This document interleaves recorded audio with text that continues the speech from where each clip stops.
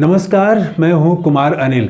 Doctor Bhimrao Ambedkar की पुस्तक बुद्ध और उनका धम्म, इसकी 56वीं कड़ी लेके मैं आपके सामने उपस्थित हूं।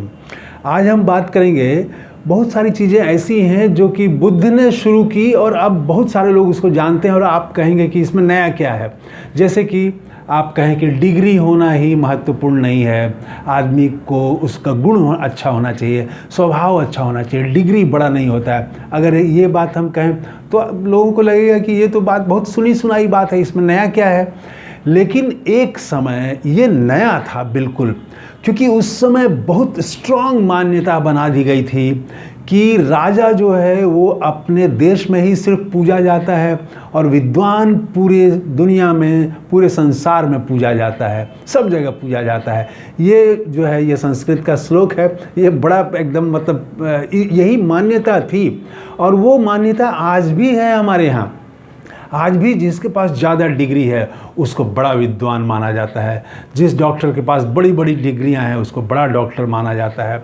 तो डिग्रियों का, सिर्फ डिग्री का ही महत्व माना जाता है, ऐसा समाज में आज भी है। और वो वाला भी है जो बुद्ध ने शुरू किया। बुद्ध ने इसको नहीं माना। बुद्ध ने ये नहीं माना कि आपके पास डिग्री अगर सबसे ज़्यादा है तो आप बड़े आदमी हो गए, आप विद्वान हो गए, ये नहीं माना। इसके पीछे अब दो कहानियाँ आएंगी। हर बार वो कोई ना कोई कहानी के माध्यम से बात आती है। यहाँ भी एक कहानी के माध्यम से आएगी बात। राजगीर में बुद्ध थे, तो वहाँ के एक अमात्य वर्षकार ब्राह्मण थे, तो वो मिलने गए बुद्ध से और बहुत प्रकांड विद्वान थे वो, बहुत शास्त्रों का उनको ज्ञान था। तो बुद्ध से मिलने गए और उन्होंने कहा कि विद्वान की मेरी परिभाषा है कि विद्वान का पहला गुण होना चाहिए कि जो विज्ञ हो। तो विज्ञ का मतलब है कि जो सुने, कोई बात आप उसको श्लोक सुनाइए और वो उसका अर्थ समझ जाए। पहले कम शब्दों में बात कही जाती थी, श्लोक में बात कही जाती थी। तो अगर आप कोई श्लोक कहें तो उसका अर्थ समझ जाए, वो विज्ञ हो। तो पहला उन्होंने ये बताया। दूसरा बताया स्मरण शक्ति बहुत मजबूत हो, सुने और उसको याद हो जाए, कंठस्थ हो जाए। तो स्मरण शक्ति, वो फिर भूले नहीं, फिर कभी भी उससे पूछिए वो एकदम हूबहू सुना दे। तो दूसरा गुण उन्होंने विद्वान का ये बताया कि स्मरण शक्ति उसकी बहुत तीव्र हो। और तीसरा उसने कहा कि गृहस्थ जीवन में कौन काम कैसे करना है, कब करना है, दिवाली आ रही है, छठ है, तो सब काम वो ठीक से मैनेज कर ले, अच्छा प्रबंधक होना चाहिए। तीसरा गुण उन्होंने ये बताया। और चौथा गुण बताया कि क्या उचित है और क्या अनुचित है, इसको वो समझता हो। तो ये उन्होंने वो चार ये गुण बताए कि उसको हम विद्वान मानेंगे।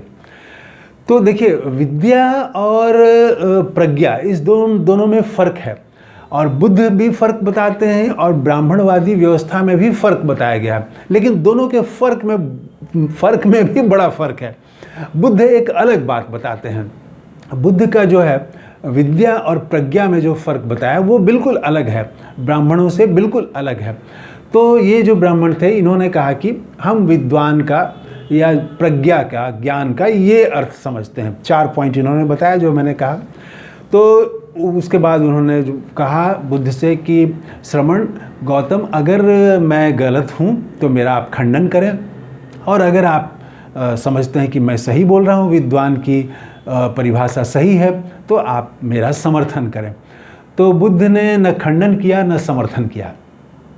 बुद्ध ने कहा कि मैं 4 नई बातें आपके सामने रख देता हूँ कि मैं किसको मानता हूँ, प्रज्ञा मानता हूँ, किसको सच्चा विद्वान मानता हूँ, तो वो मैं आपके सामने रख दे रहा हूँ। तो उसमें जो बुद्ध ने बताया, देखिए बहुत बहुत बड़ा डिफरेंस है। बुद्ध ने कहा कि मैं प्रज्ञावान या विद्वान जो भी आप कहें, तो वो उसमें सबसे पहला गुण उसका होना चाहिए कि वो जो सोचे और जो करे वो जन कल्याण के लिए हो, जनता का दुख दूर करने वाला हो, जनता की भलाई करने वाला हो। तो ये पहला गुण उन्होंने कहा। शास्त्रों की बात नहीं की, तो वो ब्राह्मण भी शास्त्रों की बात नहीं कर रहे हैं कि वो शास्त्र याद होना चाहिए, लेकिन वो उन्होंने परिभाषा बताई। बुद्ध ने कहा उनके परिभाषा में जन कल्याण नहीं है, उसमें है कि एकदम तीखी जो है स्मरण शक्ति हो, सुने और याद हो जाए। आज भी ऐसे कुछ लोग हैं और उनकी बड़ी प्रतिष्ठा होती है कि उनको तो एकदम सब बात याद रहता है। तो बुद्ध ने वो सब स्मरण शक्ति और वो कि तुरंत समझ जाएं, विज्ञ हों, ये सब को नहीं माना। बुद्ध ने कहा कि पहला जो है उसमें गुण होना चाहिए कि वो जन कल्याण की भावना से ओतप्रोत हो, उसके भीतर दूसरे की मदद करने का, समाज की मदद करने का, समाज के कल्याण का भाव हो। पहला तो बुद्ध ने ये कहा। दूसरा उन्होंने कहा कि उसके बाद में उन्होंने कहा कि जो जिस विषय में वो मन लगाना चाहे उसी विषय में मन लगाए, ये उन्होंने कहा। मतलब यहाँ पर एक तरह से ध्यान की बात आ गई कि वो एकाग्रता की बात आ गई। जिस विषय में वो मन लगाना चाहे उसी विषय में मन लगाए, भटके नहीं वो। तीसरा उन्होंने कहा कि संकल्प ले और संकल्प की दिशा में उसका मन लगना चाहिए, जो भी संकल्प है। और संकल्प ये पहला तो उन्होंने जन कल्याण का रख दिया है, तो सब उसी दिशा में बातें आगे बढ़ रही हैं। और चौथा उन्होंने कहा कि ध्यान पर, लोकोत्तर ध्यान पर वो ध्यान करता हो और ध्यान की इसकी समझ हो, ध्यान करे वो। तो ध्यान पर काफ़ी जोर है। आप ओशो को अगर सुनेंगे तो बुद्ध के बहुत सारे ध्यान की विधियों को ओशो ने सामने लाया है। तो ध्यान की बात, चौथा में बुद्ध ने ध्यान की बात की। तो ये चार चीज़ें बताई। विद्वान का एकदम बिल्कुल फ़र्क है। आप देख लीजिए, जन कल्याण जो है ये अभी बिहार में भी जो है प्रशांत किशोर बड़ा तेजस्वी यादव पर हमला करते रहते हैं कि तेजस्वी यादव 9वीं फेल है, ये बोलते रहते हैं।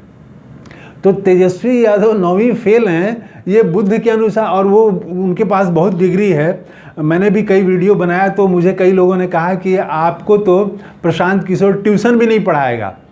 तो इस तरह से लोग कमेंट करते हैं, लोग प्रशांत किशोर के समर्थक। तो प्रशांत किशोर इसको बड़ा मुद्दा बनाते हैं कि डिग्री किसके पास ज़्यादा है। बुद्ध के यहाँ डिग्रियों का महत्व नहीं है। बुद्ध के यहाँ जन कल्याण का पहला महत्व है कि वो जन कल्याण की भावना उसके भीतर है या नहीं है। तेजस्वी 9वीं फेल हैं या वो MA पास हैं, बुद्ध ये नहीं देखेंगे।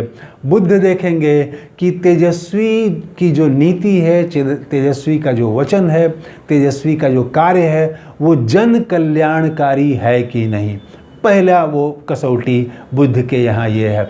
अगर वो जन कल्याणकारी है तो वो मानेंगे कि ये विद्वान है।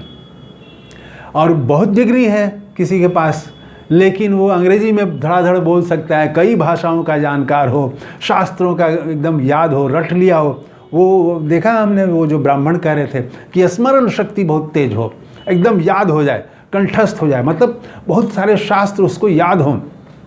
यहाँ बुद्ध के यहाँ कंठस्थ रखने का, रटने का कोई मतलब नहीं है। आप रट के डिग्री ले लिए, इसका कोई मतलब नहीं है।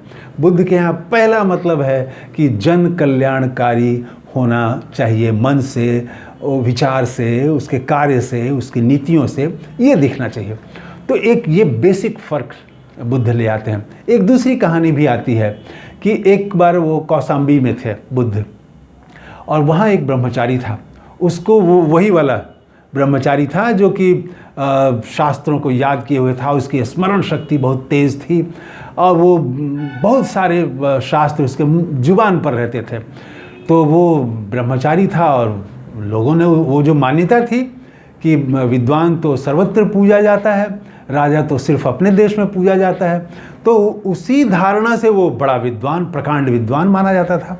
और उसकी एक अजीब बात ये थी उस ब्रह्मचारी की कि वो हमेशा मशाल लिए चलता था, दिन रात 24 घंटा मशाल लिए चलता था। दिन में भी वो शहर में अगर कहीं जाए तो मशाल लिए हुए जाए, दिन में भी, और रात में भी सोए तो बगल में वो मशाल वो जलती रहे। तो लोग उससे पूछे कि भाई आप ये मशाल लेके क्यों चलते हैं, दिन में भी मशाल लेके क्यों चलते हैं?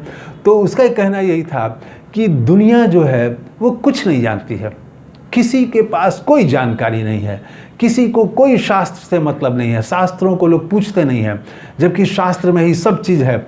तो दुनिया जो है वो पथ भ्रष्ट हो गई है, पथ से भ्रष्ट हो गई है। तो मैं दुनिया को प्रकाश दिलाने के लिए, दिखाने के लिए ये मशाल लेके चलता हूँ।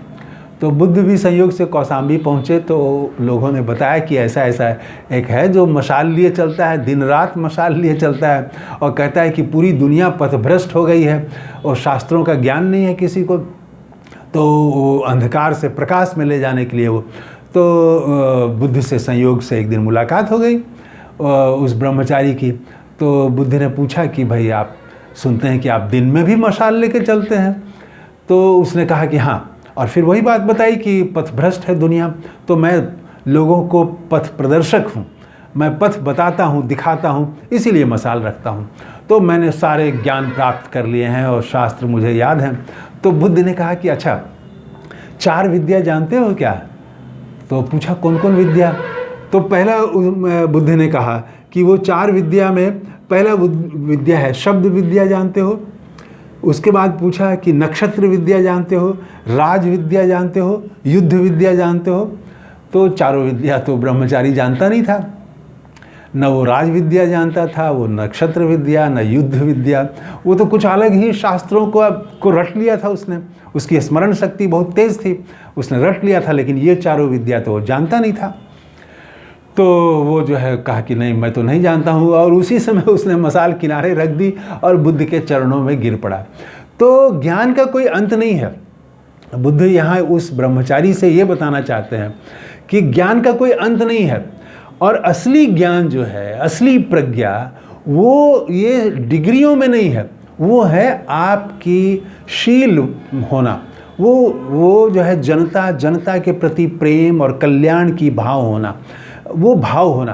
तो सिर्फ किताबी ज्ञान नहीं, तो विद्वान के लिए शील होना जरूरी है, शील स्वभाव का होना जरूरी है, मृदु स्वभाव का, एक दूसरे के प्रति, सबके प्रति अच्छा भाव रखे, सबके लिए कल्याण की बात सोचे, ये बेसिक चीज़ वो ले आते हैं। तो डिग्री को बुद्ध ने महत्व नहीं दिया। बुद्ध के यहाँ ये जन कल्याण का महत्व है, और बाद में तमाम संतों ने, सब लोगों ने इसको गाया है, इसको माना है। बुद्ध की ही बात को वो फिर आगे बढ़ती चली गई है। इसीलिए जब हम आज कहते हैं कि डिग्री ले लेने से क्या हो जाएगा, तो लगता है कि इसमें नई बात क्या है, ये तो कबीर भी बोल चुके हैं, ये तो रैदास भी बोल चुके हैं, ये तो नानक भी, ये सारे संत बोल चुके हैं कि सिर्फ शास्त्र याद करने से नहीं होगा, प्रेम होना चाहिए, हृदय में प्रेम होना चाहिए। लेकिन ये बात जब बुद्ध ने कही थी तब ये क्रांतिकारी बात थी। उस समय उन्होंने ये बिल्कुल नई बात रखी थी समाज के लिए, और वो उसके बाद उसका असर पड़ा, और बुद्ध का जो उन्होंने जो नया दिया रास्ता बताया कि विद्वान हम किसको कहेंगे, वो आज तक वो फिर विभिन्न परंपराओं में वो दिखाई पड़ती है। उसका असर, उसकी शुरुआत बुद्ध से ही होती है। तो इस वीडियो में इतना ही। बुद्ध को नमस्कार करते हुए बात समाप्त कर रहा हूँ। थैंक यू, धन्यवाद, जय हिंद।